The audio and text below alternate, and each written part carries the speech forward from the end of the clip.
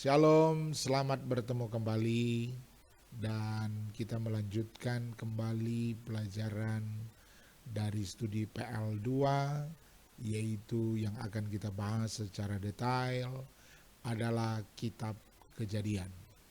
Kalau pada video pembelajaran atau pertemuan yang pertama kita telah banyak membahas ataupun menyinggung dalam pembahasan pembicaraan kita yang dijelaskan adalah dari pasal 1 sampai pasal 11 tentang hal-hal penciptaan itu sendiri. Dan bagian yang kedua, pertemuan yang kedua ataupun video pembelajaran yang kedua ini, maka kita akan ada bagian yang kedua yang akan kita membahas tentang zaman patriark itu sendiri. Sebagai untuk merefreshing, untuk mengingat kembali, maka saya mengatakan kita ingat kembali bahwa kitab Kejadian yaitu dengan bahasa Ibraninya Bereshit, kitab Kejadian pada mulanya, permulaan, atau dalam Geneseos asal usul, maupun dari kata Alkitab Vulgata menggunakan kata liber Genesis, dan bahasa Alkitab Indonesia menggunakan kata Kejadian sebagai bahan referensi. Kata Yunani Geneseos artinya asal atau sumber, keturunan atau permulaan. Geneseos adalah suatu terjemahan dari kata Ibrani yang menggunakan kata toledot. Itu ada dalam Kejadian 2 ayatnya yang keempat. Nah, kalau kita bicara tentang Kejadian, maka kitab ini berbicara tentang sebuah sejarah, tentang asal-usul, dan berbicara tentang keturunan. Kalau pertemuan pertama kita bicara tentang asal-usul, bagaimana penciptaan, baik itu pun penciptaan Adam dan Hawa, keturunannya Kain dan Habel, dan seterusnya sampai masa air bah dari keturunan Nuh, dan kemudian seterusnya sampai di Kejadian pasal 11 muncullah satu tokoh yang dipilih oleh Tuhan, yaitu Abraham. Kitab Kejadian dalam pembicaraan temanya maka akan muncul kata permulaan. Saya pertemuan kemarin sudah menyinggung bahwa penulisnya adalah Musa.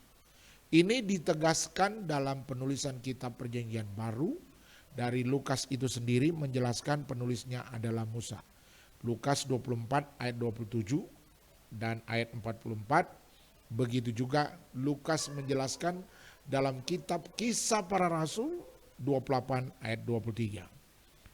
Apa tujuan dari kitab Kejadian ini ditulis? Yaitu untuk kita mengetahui tentang penciptaan atau asal-usul dari segala ciptaan yang ada. Jadi, lokasinya di mana peristiwa tentang kitab Kejadian ini? Kalau dari secara geografis dan budaya, maka kita kenal dengan kata Taman Eden. Kalau dari geografisnya diperkirakan itu di utara Babel, antara Tigris dan Efrat, di daerah Mesopotamia. Saudara akan membuka peta Alkitab, saudara akan menemukan kira-kira, dan hari ini Taman Eden itu kita tidak lihat lagi. Taman Eden keberadaannya hanya diperkirakan. Kalau secara persisnya Taman Eden itu tidak diketahui, tidak ditemukan oleh manusia.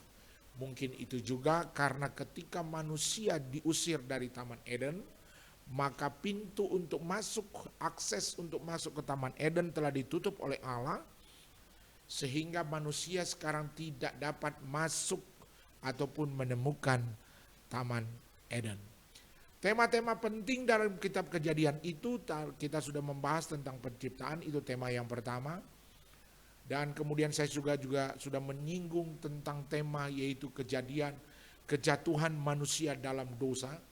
Bagaimana prosesnya kejatuhannya, kemudian sebab akibatnya, akibat kejatuhan dalam dosa itu bagi manusia, apa sebabnya dan apa akibatnya. Kemudian bagaimana jalan keluar dari Allah tentang sudah proses kejatuhan manusia itu. Kemudian tema yang penting adalah tema dalam kitab Kejadian ini ada air bah. Kemudian tema yang penting berikutnya adalah lahirnya satu bangsa dan kemudian bangsa-bangsa lain, ya.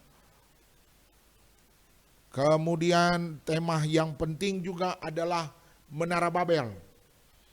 Menara Babel di mana manusia ingin membangun dan ingin menyaingi kekuatan Allah.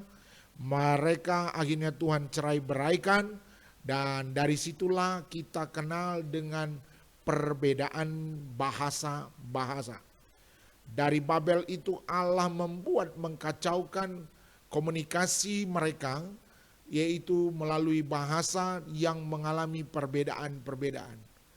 Betapa pentingnya komunikasi dan betapa pentingnya bahasa. Kadangkala untuk memahami sesuatu, bahkan kita memahami Alkitab ini adalah pengaruhnya di bahasa. Kemudian tema yang penting adalah bapa bagi bangsa Israel. Yakub yang berubah nama menjadi Israel. Yakub mengasihi dan menyayangi Yusuf, dan proses bagaimana Yusuf dibenci oleh saudara-saudaranya, dijual ke Mesir dan Yusuf berada di Mesir, dan bagaimana Yusuf menjadi satu alat dari Allah untuk memelihara orang pilihannya. Tema yang penting adalah yang berikut dalam kitab Kejadian adalah proses pemilihan Allah. Yang tidak kalah penting juga adalah cara komunikasi antara Allah dan manusia. Maka di dalam kitab Kejadian akan kita lihat bagaimana komunikasi antara Allah dengan manusia. Yang pertama diawali dengan Adam bercakap-cakap dengan Allah di Taman Eden, tetapi setelah jatuh dalam dosa, bagaimana Allah berkomunikasi dan bagaimana merespon manusia dalam komunikasi itu dengan Allah lewat apa? Dan di sana ada persembahan dan korban yang dituliskan dan dibahas.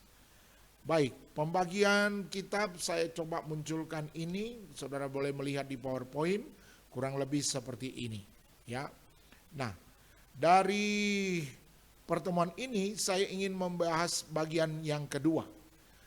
Bagaimana garis besar dari pasal 12 sampai pasal 50 dari kitab Kejadian itu yang memusatkan bagaimana kesinambungan dan karya Allah penebusannya, dan berbicara tentang bapa-bapa leluhur dari bangsa pilihan Allah, yaitu Abraham, Ishak, Yakub, dan Yusuf. Dan inilah yang dinamakan zaman patriark. Pasal 12, Kejadian 12 ayat 1 sampai 20, panggilan Allah kepada Abraham dan perlakuan Allah terhadap Abraham dan keturunannya dalam kaitan dengan perjanjiannya merupakan awal yang sangat penting dari pelaksanaan maksud Allah tentang seorang penebus dan penebusan dalam sejarah. Ternyata panggilan Allah terhadap Abraham merupakan peristiwa penting yang ini menjadi peristiwa juga penebusan umat, tebusannya oleh Allah. Kristus menebus manusia dari karya salibnya. Jadi telah tersiratkan dari perjanjian lama di kitab Kejadian ini.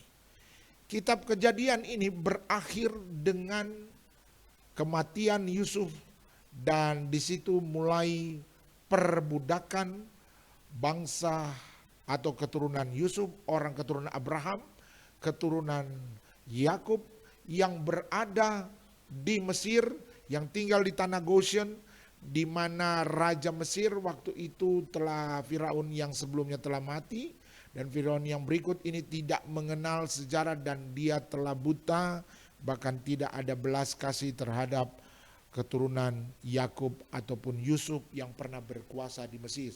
Sehingga akan ditutup dengan cerita-cerita tentang perbudakan yang terjadi di bangsa Mesir terhadap orang-orang Israel.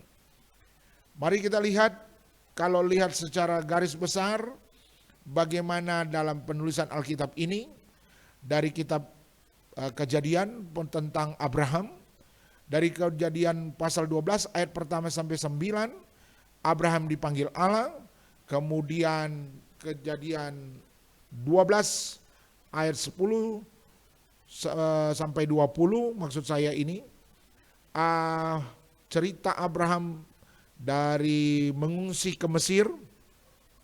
Kemudian ada cerita tentang Abraham dan Lot berpisah dari Kejadian 13 ayat 1 sampai 18, dan seterusnya bagaimana Abram yang harus menolong Lot, ya, harus menolong Lot yang karena ditawan, dan Abram memimpin peperangan, membawa orang-orangnya untuk menolong Lot. Kemudian ada peristiwa yang penting yang menjadi penulisan di Perjanjian Baru dalam pembahasan, khususnya juga di kitab Ibrani, yaitu pertemuan Abram dan Melkisedek. Siapakah Melkisedek? Imam Allah yang maha tinggi. Bagaimana mereka bertemu dan apa yang dilakukan oleh Abram kepada Melkisedek menjadi standar, menjadi persoalan penting. Karena di sini ada kata perpuluhan yang diberikan oleh Abraham kepada Melkisedek. Kemudian pasal Kejadian 15 ayat 1 sampai 12, perjanjian Allah dengan Abram tentang janji keturunannya. Abram menunggu janjinya, menunggu kehadiran anak untuk kehadiran untuk menepati janji Tuhan. Abram ada salah bertindak, tetapi tangan Tuhan dan Allah pun juga turut bekerja. Allah turut bekerja dalam sejarah. Kita melihat berikut Hagar dan Ismail, Kejadian 16 ayat 1-16, di mana Hagar adalah pembantu ataupun yang bekerja bagi Sarah, tapi Sarah atas inisiatif Sarah memberikan Hagar kepada Abram, dan sehingga lahir keturunan dan diberikan nama Ismail. Tapi sekali lagi ada Ishak, Ismail, tapi Ishaklah yang mendapat kasih karunia. Seterusnya itu sampai di Kejadian 20 ayat yang pertama sampai 18 tentang Abraham dan Abimelek, di mana Abraham juga harus mengungsi kembali lagi. Kemudian lahirlah Ishak. Kejadian 21 ayat 1 sampai 7. Di mana anak yang dijanjikan, anak perjanjian, anak yang telah dinyatakan oleh Allah. Kemudian Kejadian 21 ayat 8-21, ayat 8 sampai 21, Abraham mengusir Hagar dan Ismail, dan dijadikan di situ ada janji Allah lagi kepada Abraham, kepada Ismail, bahwa Ismail akan menjadi satu bangsa yang besar. Itu perjanjian Allah. Perjanjian Abraham dengan Abimelek. Kemudian peristiwa Kejadian pasal 22 ayat yang pertama sampai 19, kepercayaan Abraham diuji. Di sini kita lihat dan kita kenal dengan Abraham, bapa segala orang percaya, bapa orang beriman. Di sini peristiwanya ada sangat peristiwa yang penting, dan peristiwa ini menjadi standar dan menjadi hal yang penting bagi orang-orang dan bahkan umat penebusannya pada saat ini. Kemudian Kejadian 22, keturunan Nahor, Sarah mati dikuburkan, Ribka dipinang bagi Ishak, keturunan Abraham dari Kentura. Abraham meninggal dan dikuburkan, dan dituliskan juga dengan silsilah keturunan daripada Ismail. Peristiwa Abraham meninggal dan dikuburkan itu juga menjadi catatan sejarah yang penting, dan bahkan hari ini menjadi tempat wisata rohani ataupun orang pergi ke tempat makamnya Abraham yang menjadi polemik di berbagai agama besar di dunia ini. Kemudian Kejadian menuliskan dari Kejadian 25 ayat 19 sampai 34, peristiwa tentang Esau, Yakub. Kitab Kejadian ini mencatat dengan penting, Ishak ada di negeri orang Filistin, Yakub diberkati, Ishak sebagai anak sulung, bagaimana cara Yakub menipu papanya Yakub untuk mendapat doa berkat khusus. Kemudian Yakub lari ke Mesopotamia, itu tertulis dalam kitab Kejadian 27 ayat seterusnya dan seterusnya. Mimpi Yakub di Betel, Yakub di rumah Laban, dan di mana peristiwa Yakub menikah baik kepada Rahel maupun Lea dan anak-anaknya mereka, baik juga orang yang kerja kepada Rahel maupun Lea juga diberikan kepada Yakub, sehingga lahirlah keturunan Yakub yang begitu besar. Dan ini peristiwa yang penting. Tapi Yakub ada hal khusus karena Yakub mengasihi akan anak yang tersendiri, yaitu anak yang khusus, yaitu lahir dari Rahel, yaitu Yusuf. Slide berikut, Yakub memperoleh ternak, dia bekerja kepada Laban. Satu peristiwa cloning yang luar biasa dicatat dalam hal ini, jadi ilmu pengetahuan, belajar tentang cloning, dari tentang bagaimana Yakub memelihara ternak. Terjadi perbedaan antara yang berbintik-bintik, yang tidak berbintik-bintik, itu semua dalam peristiwa kitab Kejadian telah menuliskannya. Kemudian perjanjian Yakub dengan Laban dan seterusnya.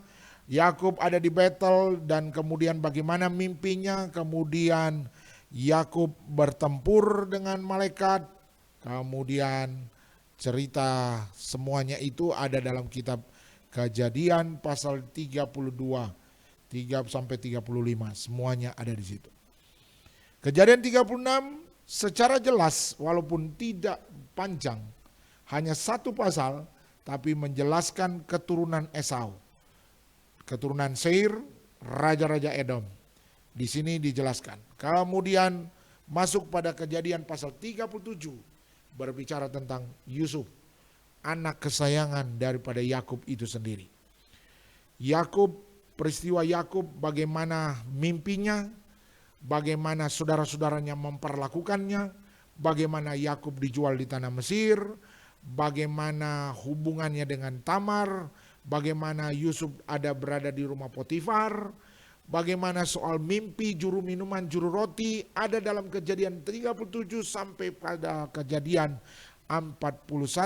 Maka peristiwa ini dapat pembelajaran bahwa rancangan Tuhan tidak pernah keliru dan tidak pernah salah dan tidak pernah gagal.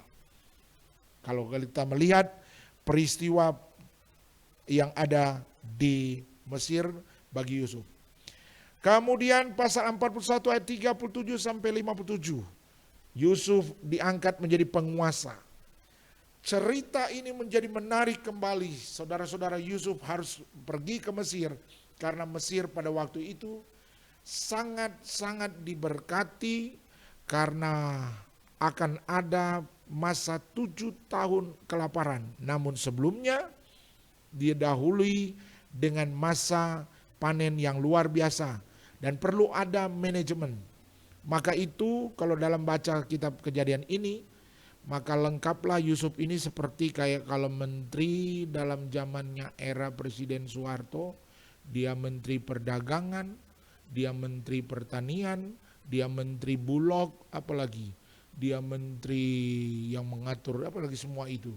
Dia menjabat banyak menteri, di mana presiden kita membagi-bagi semuanya.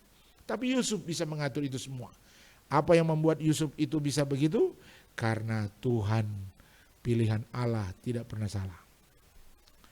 Dan yang peristiwa terakhir pada waktu Yakub pindah ke Mesir, semua saudara-saudaranya dan mereka tinggallah di tanah Goshen. Tanah Goshen itu tanah yang subur, tanah yang sangat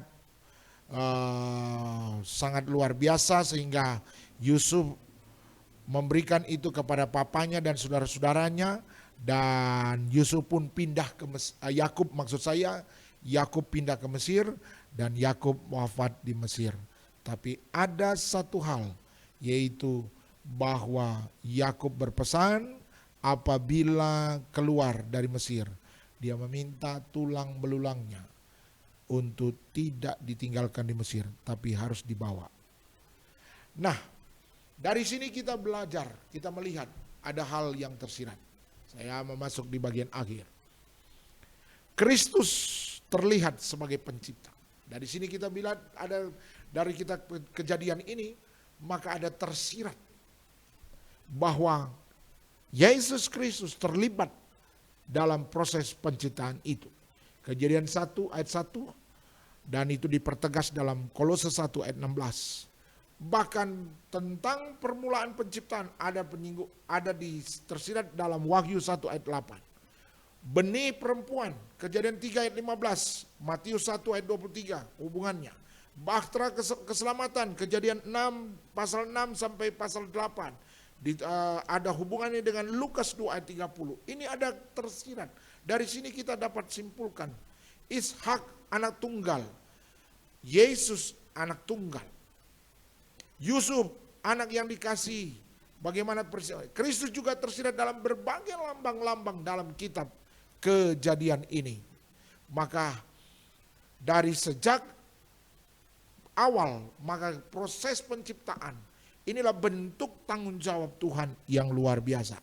Saya melihat, kalau kita melihat kitab Kejadian ini, maka memberi pengertian bahwa Allah yang memulai karyanya di satu tempat atau lokasi yang baru. Allah memindahkan kerajaannya dari sorga, membuat kerajaan yang baru untuk manusia, yaitu untuk Adam dan ciptaannya, yaitu di bumi. Yang kelihatannya visible, kelihatan, dapat disentuh, touchable. Tapi penciptaan Allah bumi ini, dan saya berkata kerajaan sorga mini, ataupun hampir sama dengan kerajaan sorga yang Tuhan ciptakan di muka bumi ini, itu bukan untuk malaikat, tapi untuk manusia. Tuhan khususkan untuk manusia. Hanya ketika manusia jatuh dalam dosa, maka perubahan itu terjadi sehingga manusia kehilangan semua tujuan itu. Walaupun sudah kehilangan, walaupun Allah menciptakan segalanya dan berkuasa atas segalanya, tapi Allah kita adalah Allah yang gentleman. Ia betul maha kuasa dan menciptakan manusia dan memberikan kehendak bebas bagi manusia. Sekalipun manusia jatuh dalam dosa, tetapi masih tetap berada di bawah kuasa Allah itu. Dan di bagian akhir saya ingin menyampaikan, setelah manusia jatuh dalam dosa, Allah tidak meninggalkan ciptaannya. Allah bertanggung jawab.